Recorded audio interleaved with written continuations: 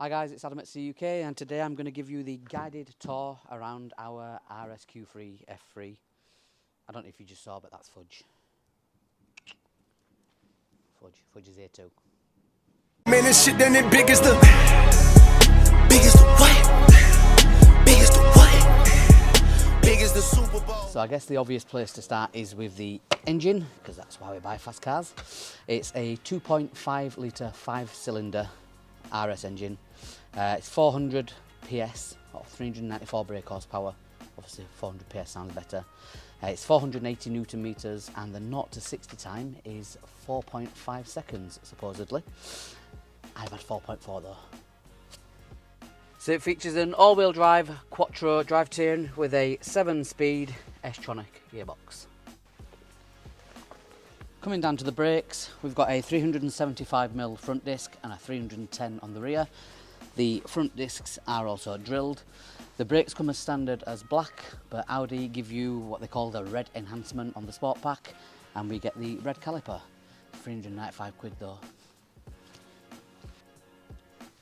On the wheels, with this being a sport edition, we get the 21-inch black sport wheels, as you can see there, Audi Sport. And going on to suspension, this is 10mm lower than a standard Q3 and you get stiffer springs and stiffer dampeners. This also has the adaptive suspension, which means that in comfort mode it's a bit more spongy and in sport mode it stiffens up.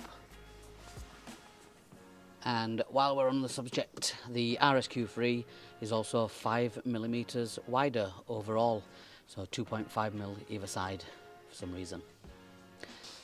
So back to the front, with it being an RS you get the full RS grills with the large honeycomb, the small honeycomb everywhere. And we've also got the black pack, which gives us black RS badges and black Audi badges. And also on the front we've got this here which goes in between the bonnet and the bumper, and it looks like an air inlet to the air intake, but it actually does nothing. And finally on the front of the car we've got the RSQ3 full LED headlights, including the daytime running light. They're not matrix, but they're pretty decent. The only downside is it doesn't have sequential indicators, which, come on, it's 2024, what a fail. Moving on to the inside of the car, you can see it's got the RS Sport bucket seats. It's got red stitched hexagons, and it's also got some really nice red Alcantara. Being a bit of a fat lad myself, these are quite gripping. And on the interior of the dashboard we've got Alcantara pretty much all around, on the door cards and on the top, and then the perforated leather sports steering wheel. So on the subject of the seats, they are 16-way adjustable and they're supposedly Napa leather, and you can smell it. It smells nice in the car, to be fair. So on the RS models, you don't get this on the Q3 I'm told, but on the RS model we get a red ring around the start stop button. Woo! Dashboard is full digital dash, as you can see, and it started. Come on. So you've got full sat nav, or you've got all your information on there, and if you pop your button on the RS mode, or as Carwow like to call it, the RS mode, then you get all these RS styles as well, and it's a bit cool. You get a bit of everything. So on the signs you've got traffic signs, driver assist, etc, etc, and I think in RS2 mode you can get some different ones. You can get lap timer and everything on these as well. On the centre console it's full DigiDash, full wireless CarPlay, which is a really handy feature for someone like myself. I can't stand plugging my phone in all the time. And you've got dual zone climate control, which as a positive, they are still buttons. A lot of cars now are going touchscreen. We've got a Touareg and that's all touchscreen. It's an absolute bloody nightmare. Being the Sport Edition, everything is uprated in this one. It's had pretty much every box ticked by the person who purchased it originally. I don't know if you can see, it does have colour changing lights under these bars, colour changing footwells. If I pop the headlights on, will we see that? Dipped headlights on. No, yeah, there you go. You can see they're red, and they're red on these bars as well. And you get red footwells, but you can't see because they're crap. But they're colour changing. I think there's 21 different colours. I'll be honest with you, it's a really nice place to sit. It's a really nice place to sit.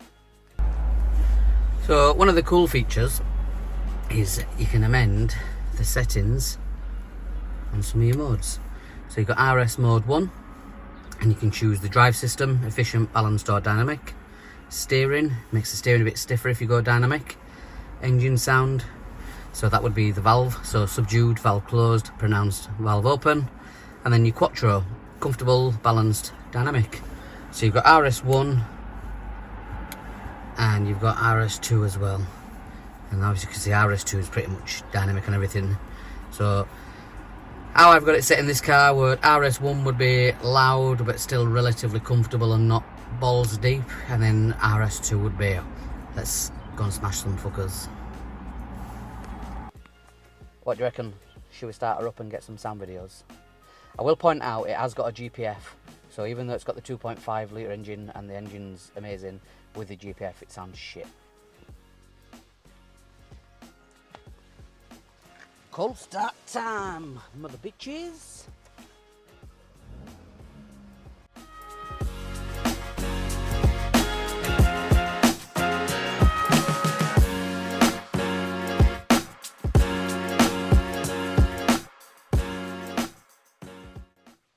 Right then, cold start time. Let's see if I can drop my microphone here and see what it picks up.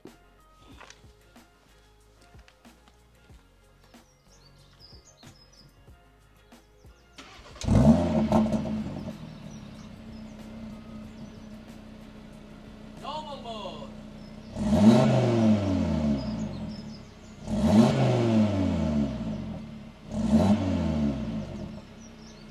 Valves open.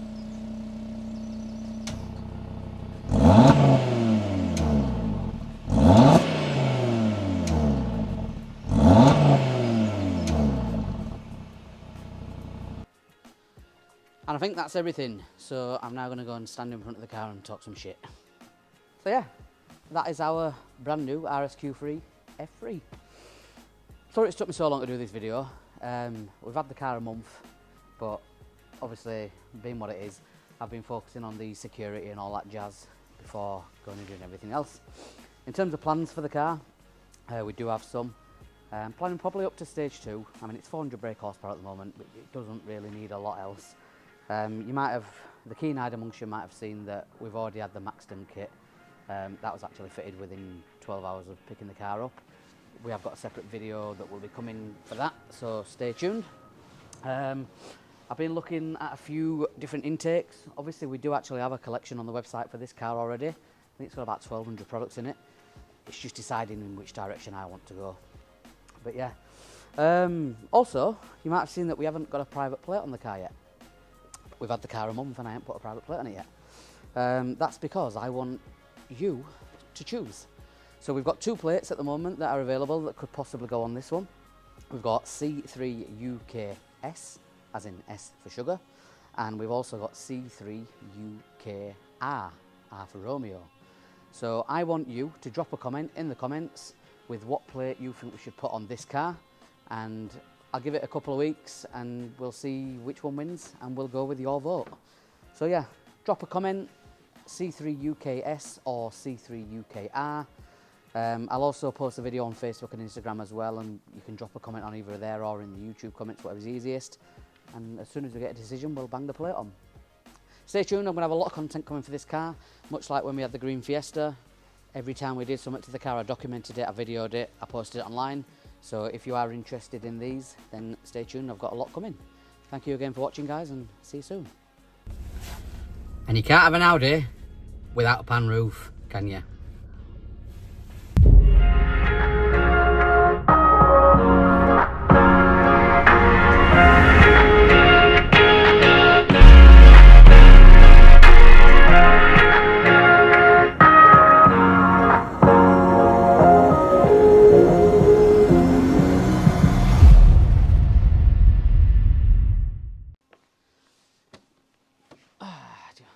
So